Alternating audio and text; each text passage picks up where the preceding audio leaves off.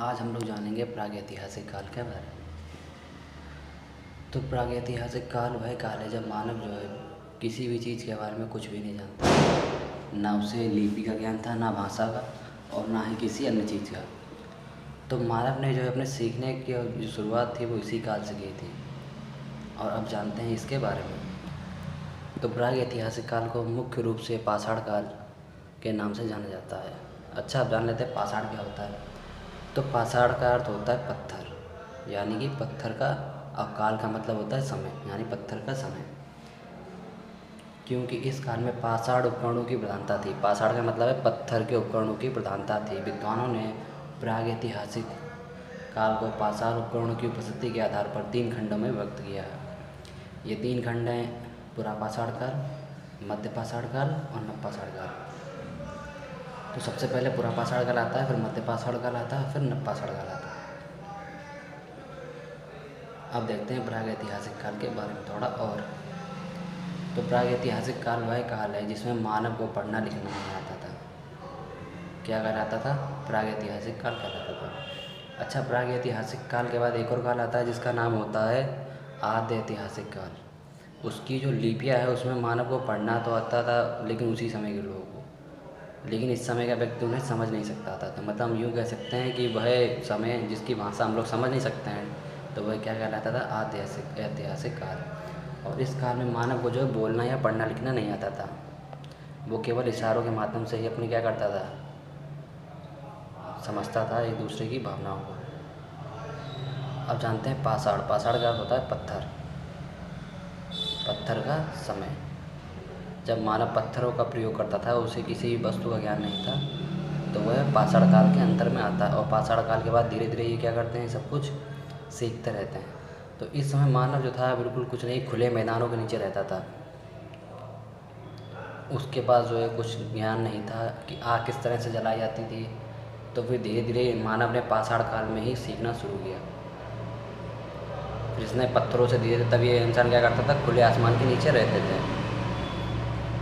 अब देखते हैं पुरापाषाण काल के बारे में।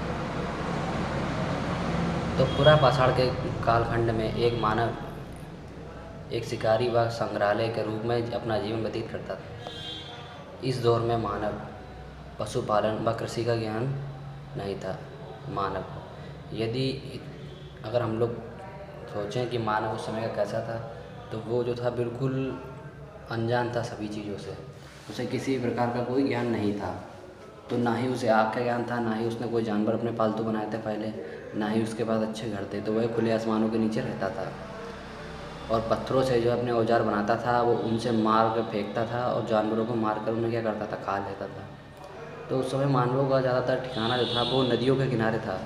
नदियों के किनारे क्यों था? क्योंकि जानवर ज़्यादातर नदियों के किनारे ही पानी पीने आते थे, जैसे हिरन हो गए और छोटे छोटे जानवर हो गए। तो मानव वहीं से क्या करता था? उनका शिकार करता था। तो ये सभी चीज़ें किसके अंतर्गत आती हैं? पुरापाषाण काल के अंतर्गत आती हैं। तो उस समय में मानव जो था बिल्कुल एकदम बर्बर जीवन अपना क्या था? व्यतीत कर रहा था। लेकिन धीरे धीरे उसे चीज़ों का क्या हो गया? ज्ञान हो गया। अब देखते हैं आगे। अपनी गतिविधियों के संचालन के लिए मानव इस दौरान अनेक प्रकार के पाषाण उपकरणों का प्रयोग करता था। पुरापाषाण काल में भी मनुष्य अलग अलग समय में अलग अलग तरह के पाषाण उपकरणों का उपयोग कर रहा था। तो अब एक चीज़ होती है यहाँ पे कि उस समय मानव को जो है किसी भी चीज़ का ज्ञान नहीं था, लेकिन अपनी आवश्यकताओं के चलते हुए चीज़ों का क्या किया? आविष्कार किया। तो अगर पूछा जाए कि पाषाण काल की खोजें, प्रमुख खोजें कौन थी, तो ये पुरापाषाण काल की प्रमुख खोजें हैं। देखिए, तो धीरे धीरे मानव ने क्या किया? अपनी जो है ज़रूरतों के हिसाब से चीज़ों को बनाना चालू कर दिया। तो सबसे पहले तो इसने पत्थरों के औजार बनाए थे, हड्डियों के औजार बनाए। हड्डी से हड्डी मारकर तोड़ देता था, उसकी धार नुकीली हो जाती थी, इससे वह शिकार करता था। तो उसने क्या किया? हड्डी के औजार बनाना चालू किया। हड्डी के औजार बनाने के बाद उसने क्या किया?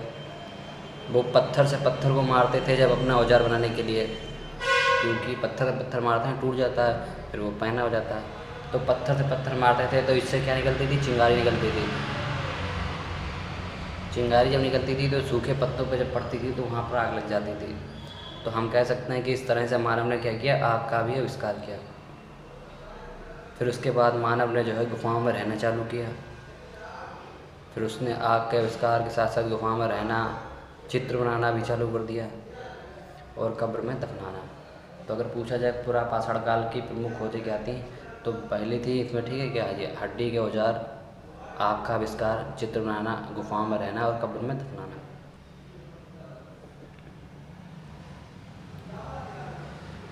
पूरा पाषाण काल में मानव औजार बनाने के लिए पत्थर को एक दूसरे से जोर से टकराते थे, जिससे चिंगारी निकलती थी और शायद तभी मानव ने आग का आविष्कार किया। तो मानव की ये पूरा पाषाण काल की कुछ प्रमुख खोजें थीं जो मानव ने वहाँ से अपनी शुरू की, और शायद यहाँ तक आते आते मानव ने बहुत सी चीज़ों का आविष्कार कर लिया। तो उस समय मानव जो थे कुछ नहीं जानते थे, सिर्फ पेड़ों के नीचे रहते थे, गुफाओं में नहीं रहते थे। अभी धीरे धीरे उन्होंने क्या किया, गुफाओं में रहना चालू कर दिया, आग का आविष्कार किया, चित्र बनाया, कब्र में दफनाना चालू किया अपने लोगों को। और उस समय मानव जो था चित्र के और सांकेतिक भाषा का प्रयोग करता था। उसे बोलना नहीं आता था, ना ही उस समय कोई भाषा थी जिसे वे सभी लोग जानते थे। तो वो संकेत के माध्यम से जो एक दूसरे को अपने मन की बात बताते थे, या उसके लिए वह चित्र बनाते थे। तो इस प्रकार से चित्रकला का क्या हुआ, आविष्कार हुआ। तो अगर हम कहना चाहें तो ये भी कह सकते हैं कि सबसे पहली जो भाषा थी हमारी, वो सांकेतिक भाषा थी। जब मानव को किसी भी संस्कृत का, उर्दू का, इंग्लिश का, किसी भी चीज़ का ज्ञान नहीं था, तब वह सांकेतिक भाषा का प्रयोग करता था। तो ये पाषाण काल की कुछ प्रमुख खोजें थी। अब इसके बाद हम लोग देखेंगे मध्य पाषाण काल के बारे में।